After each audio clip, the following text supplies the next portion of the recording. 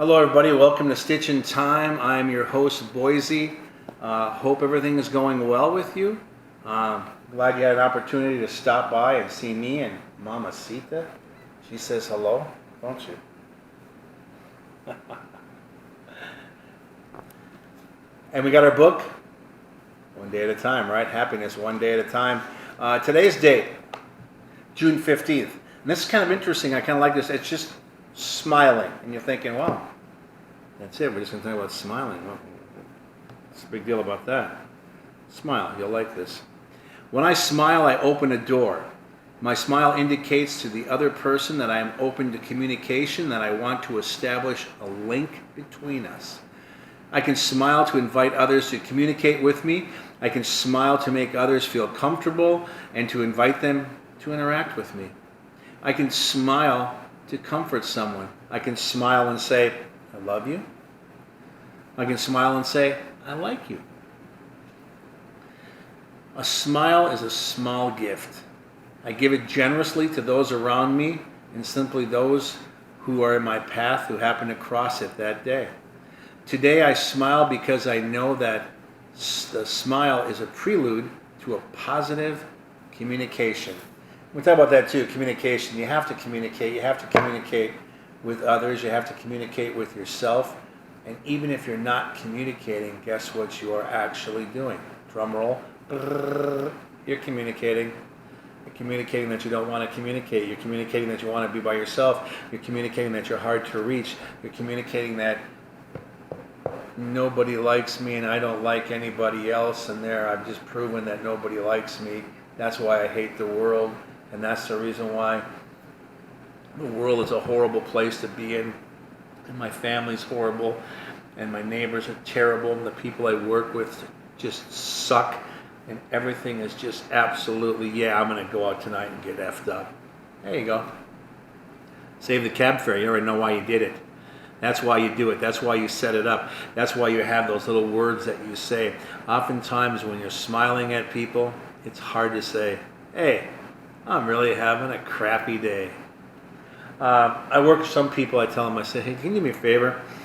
Can you at least smile and act like you're glad to get out of the house? Or just please go home? Because that's the way the world really looks at people that aren't engaging, aren't going to be engaging with you, that are trying to close doors in your face. You're just trying to communicate with someone that could just be like, hi, how are you? It's a great day today. How's your day going for you? You're just riding in an elevator. And then someone just goes, oh, it's fine, and turn around, and you're like, okay, well, that's a slam the door in my face, fine. Maybe you're just having a bad day. But you just interacted with someone. You actually did something negative, and they're going to react to it, and they're going to probably respond to it, or it certainly did affect them. And this is Max. Say hi to Max. You're going to meet all of them when they come rolling through here. They like to come in and say hello. That's part of the thing I did when we sobered up.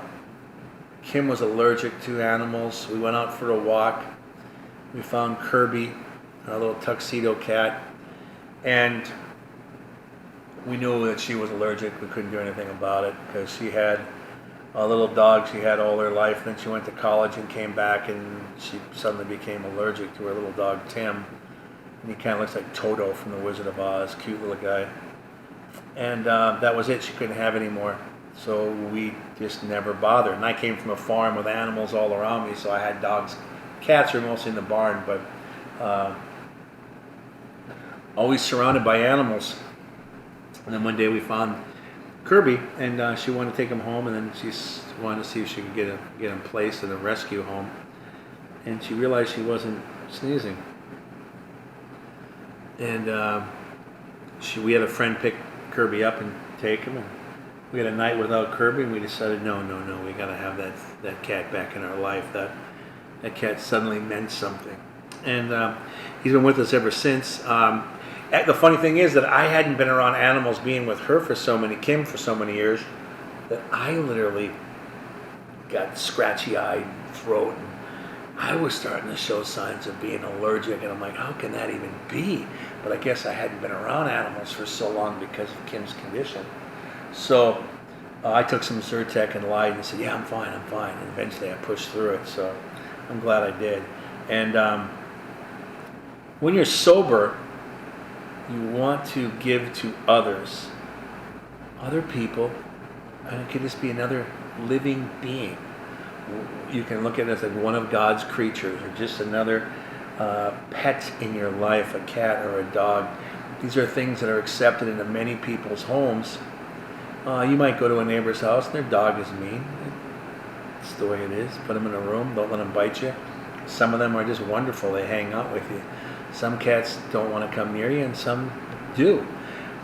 But they're part of the family, just like their kids might not like you or might not come near you, or eventually show up and go, hi, how are you, and walk away. It doesn't mean that their children are horrible too. So, animals are animals, children are children, people are people. They're all living beings, and the greatest scheme of things is that we all try to nurture each other.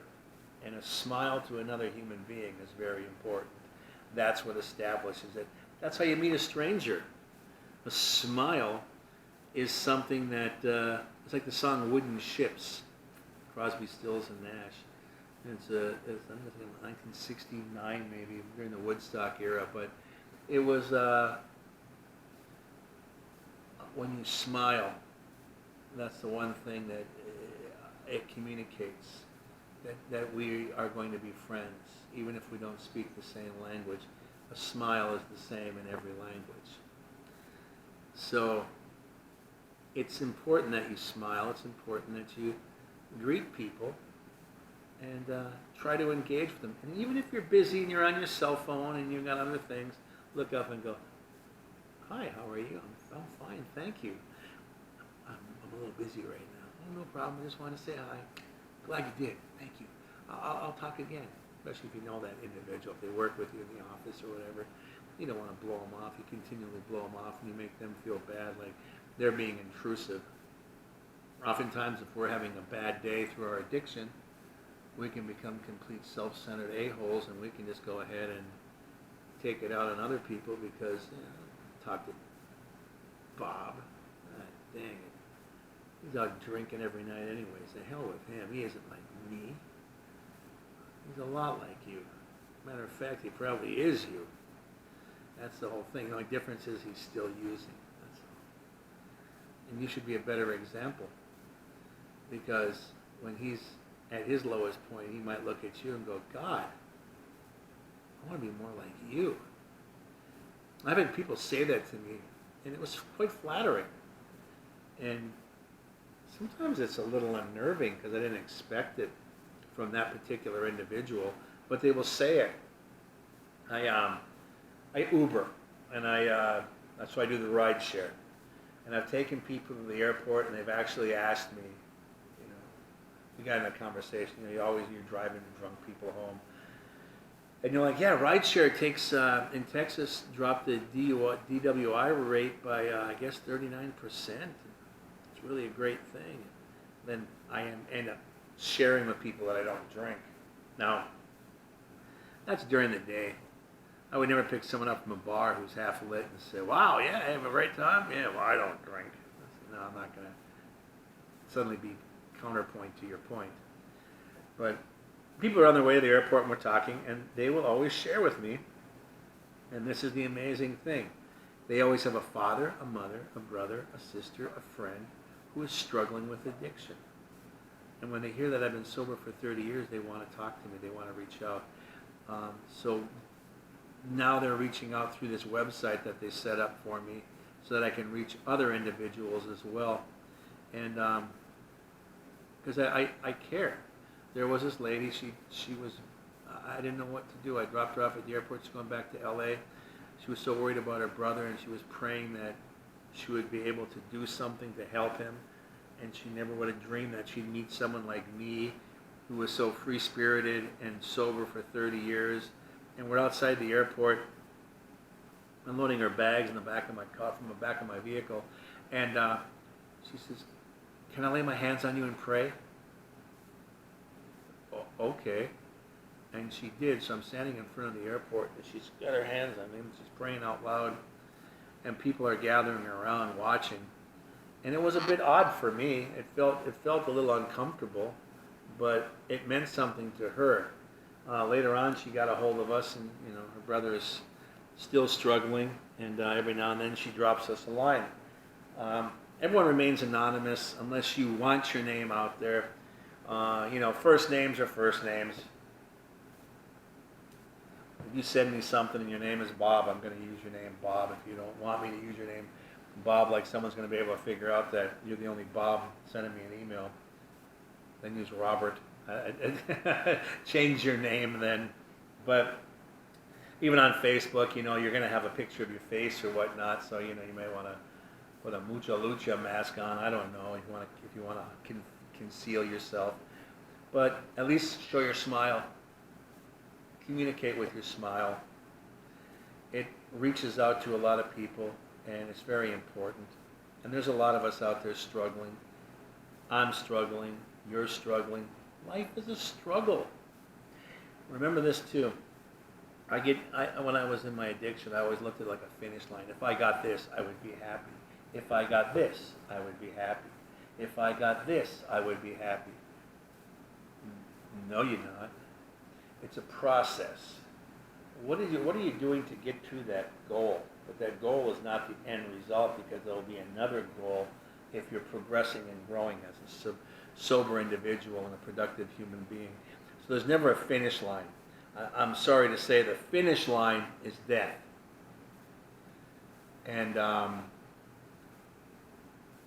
for you personally, but your message goes on, and the people you've touched, and the people that love you, and the people that support you, and the people that you have supported, it goes on.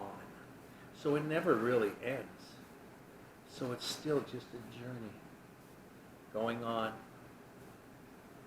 And remember that if there's some bad times, there's good times right around the corner. You can push through this. Talk to people. People are out there. If you are giving it a willing, and you are willing to be sober, to work through this, you will be totally amazed at how many people will support you. I don't mean financially, but maybe that'll happen too. But definitely emotionally. And if you're charged up emotionally and you're feeling better, you're going to be more productive, and you're going to be a better person to your family and to your friends. Guess what else you're going to do? You're going to smile. And it's going to be natural. And it's going to feel good.